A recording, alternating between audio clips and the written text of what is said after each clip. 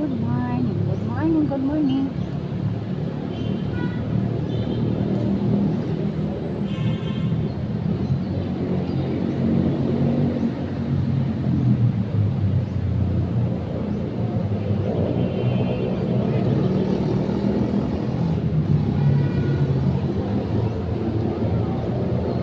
Iba na naman guys. Mag-exercise.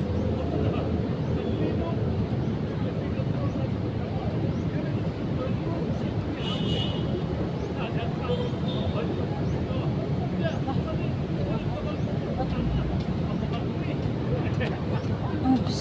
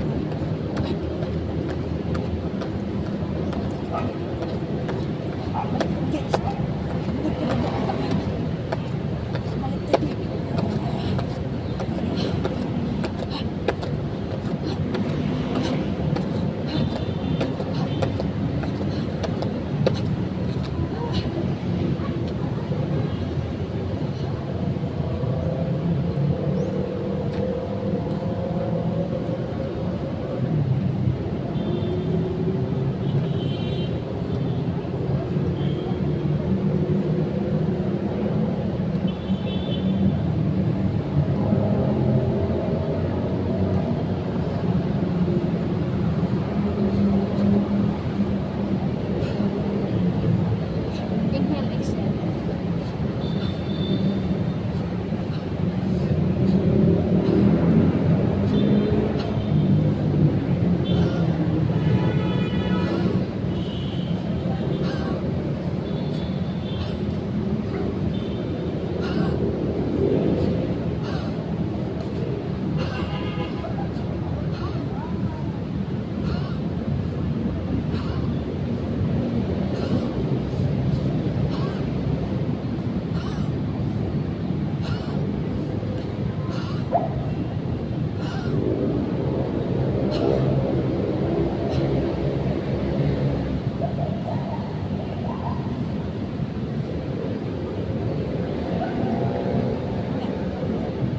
Kailangan may sintal na to.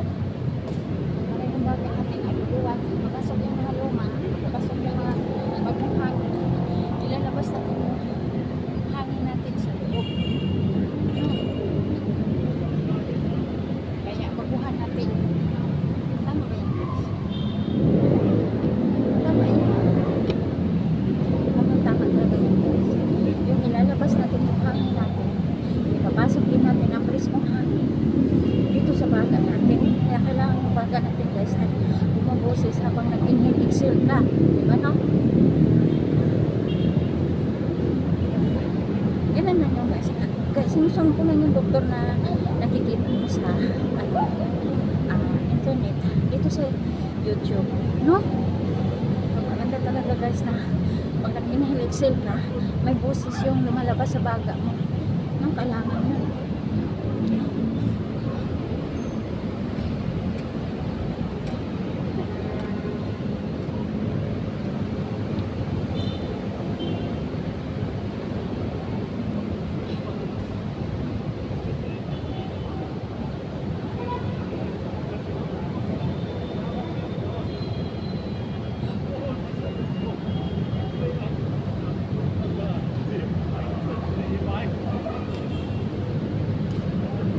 Para yun guys sa malinis yung baga natin guys. Dati ako nung dati guys yung baga ko may konti siyang spots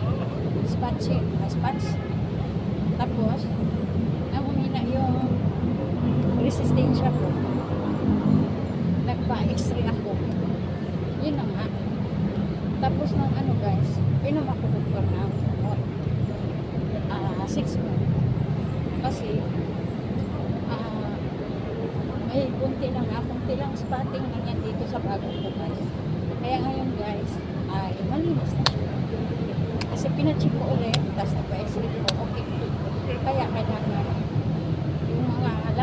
din.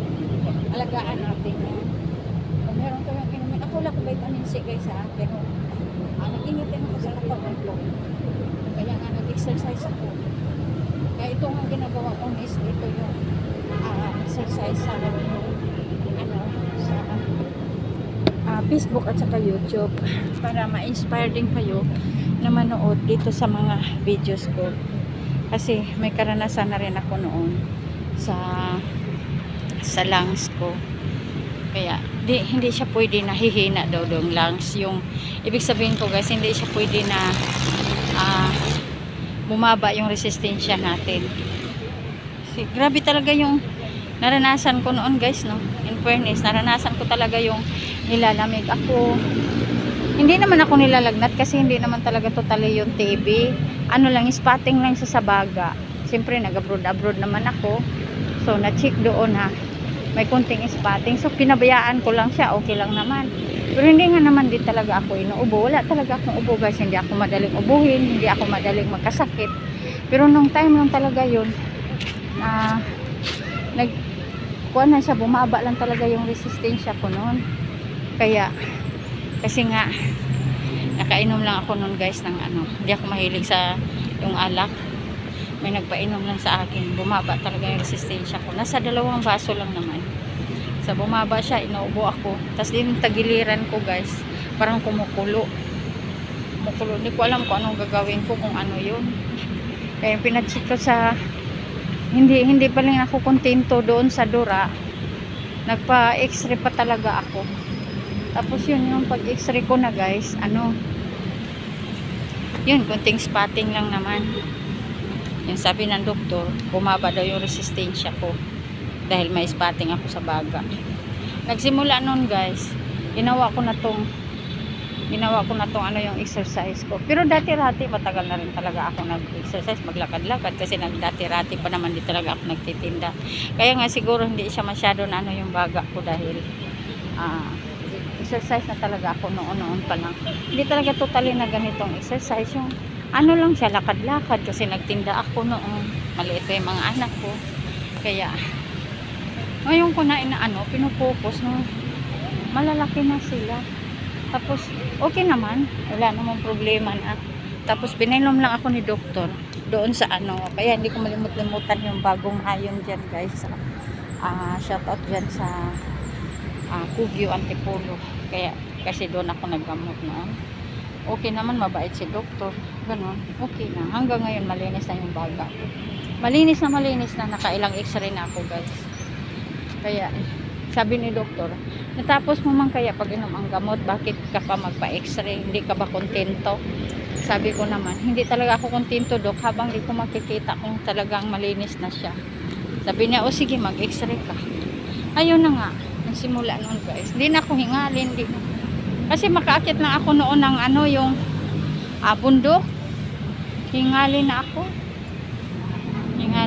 noon. Doon nagsimula, nagdududa ako, baka meron akong ganyan. Pero, lang siguro yun guys, yung tawag doon. Kunting diferensya lang yun. Kaya sabi ni doktor, anong gusto mo? Painumin kita ng 6 months. Or sige, kung yun man ang makaayos doon sa baga ko, dok, bakit hindi ko gagawin? Mabigat din yun sa isipan ko na nagiinom ako ng 6 months no, na napakatagal din yun para sa akin dahil hindi na naman ako sanay nagiinom ng gamot eh. Pero ayun, nagawa ko naman kawa ng Panginoon. Libre naman yun, nasa lang yun guys eh. Nasa barangay binibigyan na, mapait naman kasi ang barangay doon sa Bagong Nayon noon. Kaya yun, kawa ng Panginoon naman. Sinabayan ko rin ang pagdadasal guys. Hindi mo rin pwedeng inumin na wala kang dasal. Kasi rin ako madasaling tao. Nasunod ko rin yung sa nanay ko kasi doon ko naman nakikita. Dati si mama mahilig talaga magdadasal. Kaya yun. Awa naman ni Lord. Ayos na talaga ako. Kaya mini-maintain ko na lang ito pag-exercise ko. Kahit nga, tinan mo guys, wala ako vitamins noon may vitamins ako nung maluwag-luwag pa lang ako. Tapos ngayon, lalo na ngayon nagtitinda lang ako. Pwede naman ako magka-vitamina. Ikaso lang, Hindi lang muna ngayon. Okay pa naman. Okay naman. Oo, mas maganda kasi may vitamins talaga ang tao. Vitamin C. Kumakain naman ako mga prutas, guys. Yan lang naman din yung ano ko. Tsaka hindi rin ako nagpabaya sa sarili ko, no. Nag-exercise din ako. Doon sa ano, Bagong Nayon, guys, araw-araw ako doon. Pero nung nagsimula, nakarating na rin ako dito ng Cebu. Every other day na lang siya kasi na-busy rin ako. Kaya kinontent ko na lang tong ano ko. Kinokontent ko na lang tong pagiging exercise ko. Ginagawa ko na siyang niche. Ginagawang niche ko dito sa Facebook. Ginagawang niche ko na rin doon sa YouTube. Kasi yun ang experience ko, guys, sa kinabuhi ko, sa buhay ko, o sa katawan ko. Kaya kayo, guys, huwag niyong pabayaan yung lungs niyo. Ang importante talaga yung lungs natin, no? Napaka-importante. Okay naman, magaan yung katawan ko. Okay. Miming! Hello, Miming! Hello, hello! Miming, Miming! Asa kayang itim na Miming, guys? Iba na itong mga Miming na to, eh. No? Iba-iba na sila nakapasok. Yan, guys. Humaba man ang ano ko. Video ko. Yun na, guys. Bye-bye na. Labi-labi everyone. Follow nyo ako, guys, kung gusto nyo sa dito sa Facebook. Marami kayo natutunan lang sa mga exercise na napaulit-ulit kong exercise, guys. Ganun lang yun. Matututo din kayo kasi ma-inspire naman kayo doon sa ano. Kung wala kayong gana mag-exercise, magana na rin kayong mag-exercise dahil pag makikita nyo yung mga video ko na mga exercise na mga reels ko naman, hindi lahat na exercise yung mga ano lang yun, random. Hindi lahat, pero mayroon talagang halo na exercise.